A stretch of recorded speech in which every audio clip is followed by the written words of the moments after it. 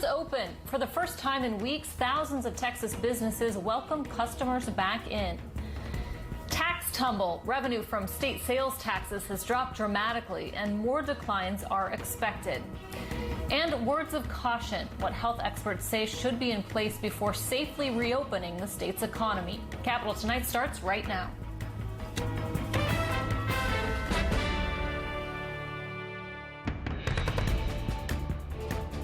Thanks for joining us here on Capital Tonight. I'm Karina Kling. Hundreds of Texas businesses are back open today. Retailers, restaurants, movie theaters, malls, and museums are now allowed to let a limited number of customers inside. The governor announced the move earlier this week. It comes after businesses were forced to keep customers out due to stay-at-home orders and social distancing measures put in place to slow the spread of the coronavirus. As Irina Diamante shows us, one area restaurant was eager to welcome back patrons with proper safety precautions in place. We are doing things a little bit different today. Patios are a summer staple. So if you want to order food, you look at the menu online. The one at Doc's Backyard Grill is now open. We're trying to prevent cross-contamination with everybody touching our menu. While it's social, the typical dining experience is a distant memory. Friday is the first day restaurants in Texas are allowed to reopen at 25% of their listed capacity. The customers are filling us out, we're filling out the customers.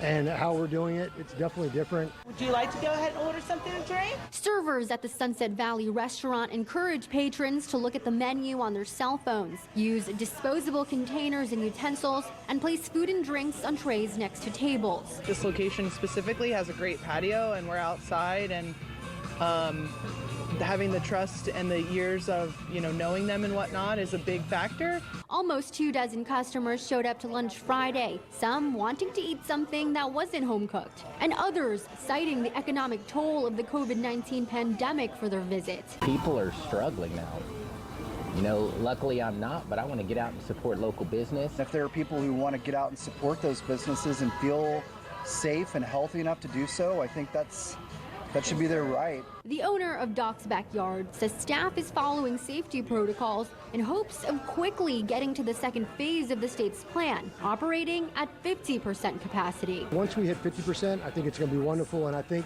if we can hit 50% and everybody's cautious and they're doing it properly and you don't see a spike, I think they'll open to 100% pretty quick. How quickly we can get to that end goal all depends if we can flatten the curve during partial reopenings. In Sunset Valley, Rena Diamante, Capital Tonight. High numbers of COVID-19 daily cases and death counts this week has sparked new criticism about the decision to reopen, even at limited capacity. Still, the governor says he's confident because of the metrics he's using. Those are the percentage of tests in the state that come back positive and the percentage of patients with COVID-19 who are hospitalized. Here's what he told me last night.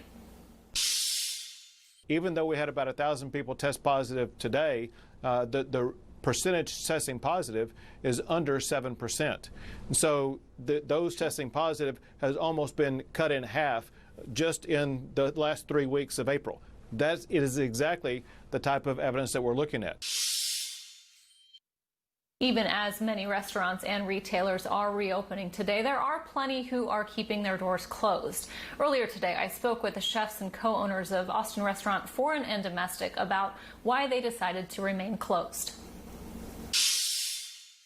Sarah, Nathan, thank you for joining me. Sarah, I wanted to start with you and just describing or explaining to us why you are choosing to remain closed for in-person dining.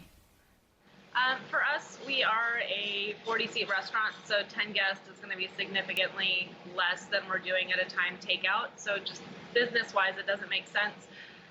Also, bringing staff back in, it's on the tip scale. It doesn't work for them. They're going to make not enough money at 25% capacity to pay their bills. And then, of course, there's always the risk involved with having people in the building. We've created kind of a bubble around the building. Nobody's in, nobody's out. Staff comes in, they work, they go home, and that's it. So we don't want to expose the building quite yet to potential virus. Yeah, Nathan, are there more steps that if they were in place, you'd be willing to reopen your dining room? I mean, I know that this is going to be kind of a phased approach, so possibly the 50%, or is that even worth it to you? I think at 50%, there's a good chance that we'll be able to open up to guests. It makes a little bit more sense financially. We still possibly would be operating at a loss. It's kind of up in the air. Also, we don't know if guests will feel comfortable to come in. That's nobody really knows that yet. Yeah, Sarah, you mentioned this, but you've been doing to go. How is that going? I mean, how is that helping you kind of sustain things in the meantime? To go is not exactly the most rewarding thing in the world for us. We love watching people eat, but it's definitely been sustainable. We're smaller than a lot of places, so our overhead is actually manageable with the to-go sales. And people have been so kind. Our regulars are still coming in on the same day to pick up to-go food. We've got people coming in multiple times a week. People have been really, really supportive, and so for us, it's been great. Nathan, what about the financial hit that the business has taken? Can you just explain to our viewers what you guys have seen since all of the closings have happened? Well, our restaurant's so small, I feel lucky. We're able to cut a lot of costs and still stay afloat with to-go sales. I can definitely see other restaurants around town that have way more overhead, way higher rent. Some of them aren't going to make it. It's impossible with shutting down basically for a month or two. It's just restaurants already operate at such a small margin. I do feel lucky in the spot that we're in. A lot of the costs that we've cut, if we were to reopen the dining room, we would be bringing those costs back on board. We've also been really fortunate enough to have really wonderful landlords that are cutting us a little bit of a break. I know a lot of people aren't in that situation, so we're very thankful for them. Yeah, good to hear. Sarah, what about your employees? Have you been able to keep them on the payroll? What exactly is the situation like there? It's been a little bit complicated. So we initially furloughed all but 4 cooks. They've been our core staff since then.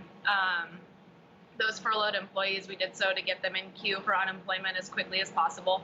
And we are helping them out with some food things, some supplies, just as they need it. We've told them to be very open with us. If they have a bill that they can't pay, to let us know. If they can't get through to unemployment, we're just trying to support them in that way. But we have furloughed the majority of our staff. I know we've talked to some businesses just about the Paycheck Protection Program and any kind of extra money you guys are trying to apply for. Nathan, what about any loans? Have you been able to get any of those? Have you applied for them? Is that something that you're looking into? We did get the PPP loan. That's about as far as, that's all we've really looked into as of now. I think that's going to help in some ways. I'm not sure that the plan was super well thought out for how it would help restaurants, but I think it will help a little bit. Sarah, lastly, just your message to your patrons, and also just kind of how long you think you can sustain kind of where you're at right now moving forward. If things stay the same, we can sustain it for a long time financially. I think, emotionally and mentally, it's going to get harder as we go, but we're just super thankful for all the support that everybody's given us, and we can't wait to get everybody back in the dining room safely. Nathan, Sarah, thank you so much for your time. We wish you the best of luck, and we'll check back in with you.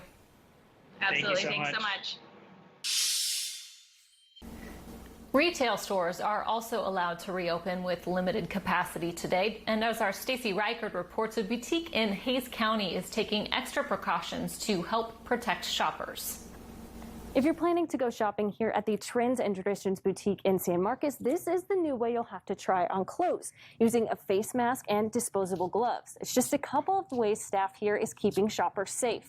So the three strands are delicate, very in trend. Kelly Lineweber, the owner of the Trends and Traditions boutique, is broadcasting available items over Facebook Live. We're going to take turns putting this necklace on. Without the typical foot traffic from her regular customers, Kelly and her staff found creative ways to still make sales, moving to retail to go and focusing on their online presence. I didn't really binge on Netflix much because I was really trying to keep the sales moving. Do you think that those sales have kind of been a saving grace now of being able to keep that going? Oh, absolutely. Absolutely. It took a lot of, not one thing saved the day.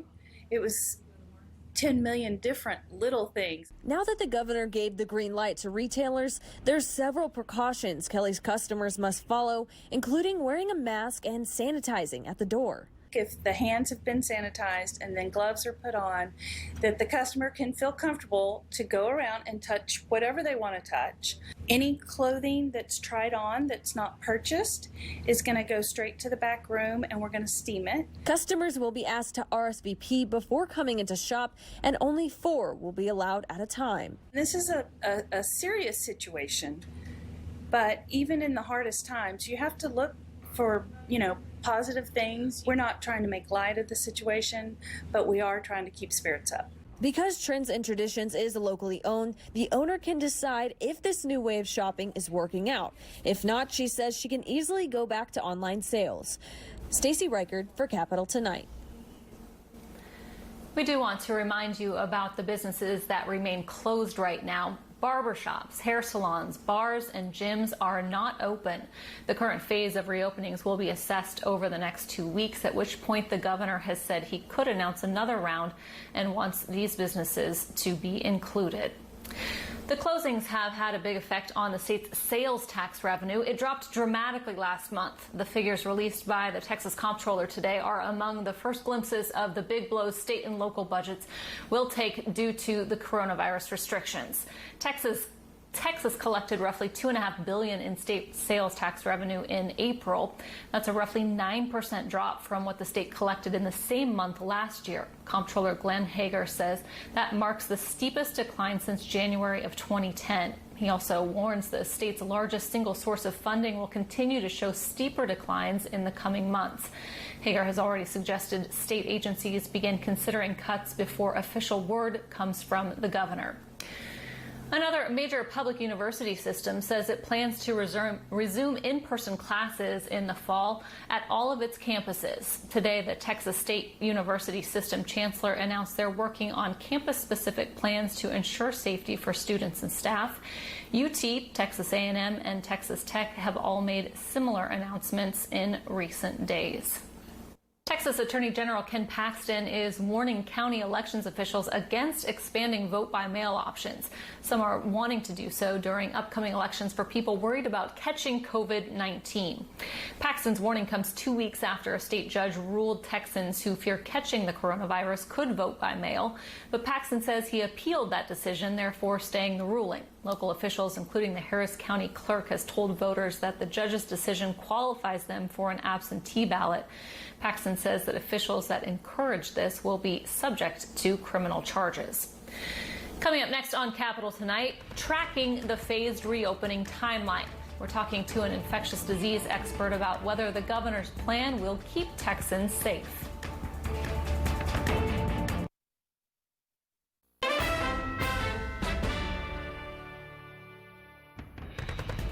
Welcome back to Capital Tonight. As Texas businesses begin reopening in phases, some health experts are warning it's still too soon. They point to more testing capacity, contact tracing, and getting past the peak before moving forward. Earlier this week, I spoke with Rebecca Fisher about Texas's plan. She's an infectious disease epidemiologist at Texas A&M University School of Public Health. Here's her take.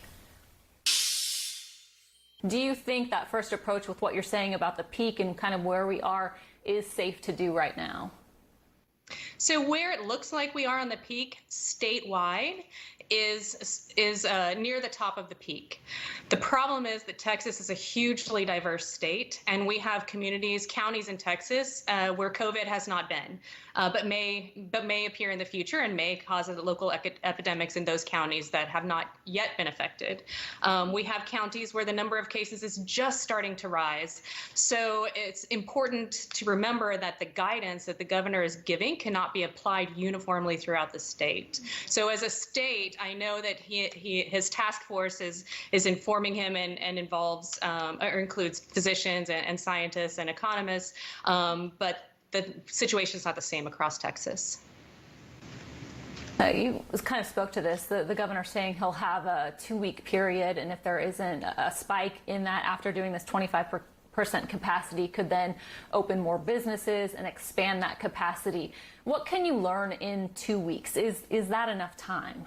So 2 weeks after phase 1, if that's effective, and we're talking about going into phase 2, the concern is that you may remember from the beginning of the pandemic, that we talked about 14-day guidelines for quarantining. So if you were exposed to a potentially infected person, it may take up to 14 days for your symptoms to present. So the real timeline is if it takes 14 days for someone to present with symptoms after May 1st, it may take a couple of more days before they actually present to the physician for a clinical evaluation.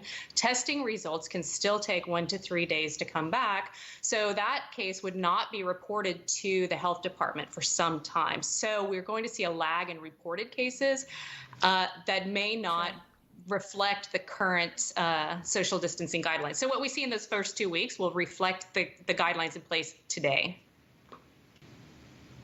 So may need a little bit more time there. Abbott also saying that the state will use contact tracing, expanded testing to monitor for these new outbreaks. How robust does that need to be to do the job, safely set up the standards for reopening?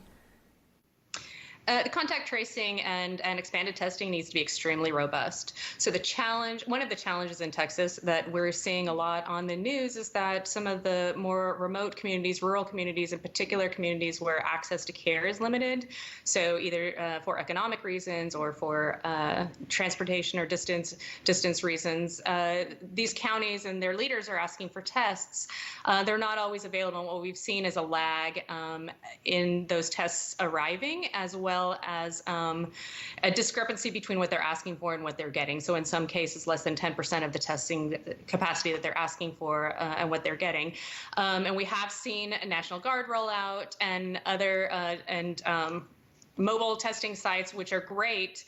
The problem is we still need to expand that testing. If you have a testing site that delivers 30 tests in a community, but perhaps only 1 in 50 individuals is infected with COVID, you have a good chance of missing that person. And it's increasingly important to understand who's infected and be able to track that virus through the community. So the contact tracing the contact tracing is an important part of any epidemiologic investigation. In this case, getting out of our pandemic, it becomes increasingly more important. So we really need to start identifying everybody in the community who has the virus, is a possible transmission source to others, and then really track where that's going and the routes that it's taking through the community. And that involves testing all of those contacts, whether or not they show symptoms. So lastly, real quickly, do you think that should all be in place before even reopening like what we're seeing on Friday? So the capacity to do these things should be in place. I think we are scrambling a bit from what I understand of the plan. We're scrambling a bit to build that capacity right now in these last few days. How that will actually play out, it remains to be seen. And still ahead on Capitol Tonight, while some are taking to the streets to protest during the pandemic, one Texas man is demonstrating in a different way. His story when we come back.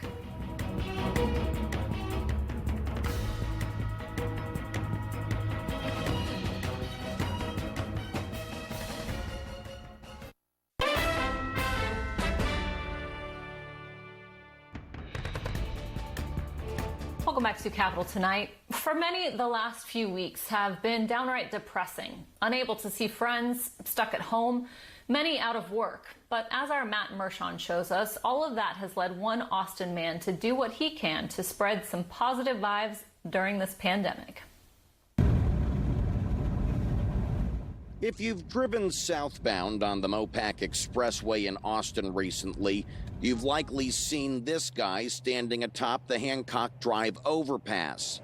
That guy is Will Olmedo. Today I've been out since about 11:30, so I guess, so it's 3 now, so whatever that is.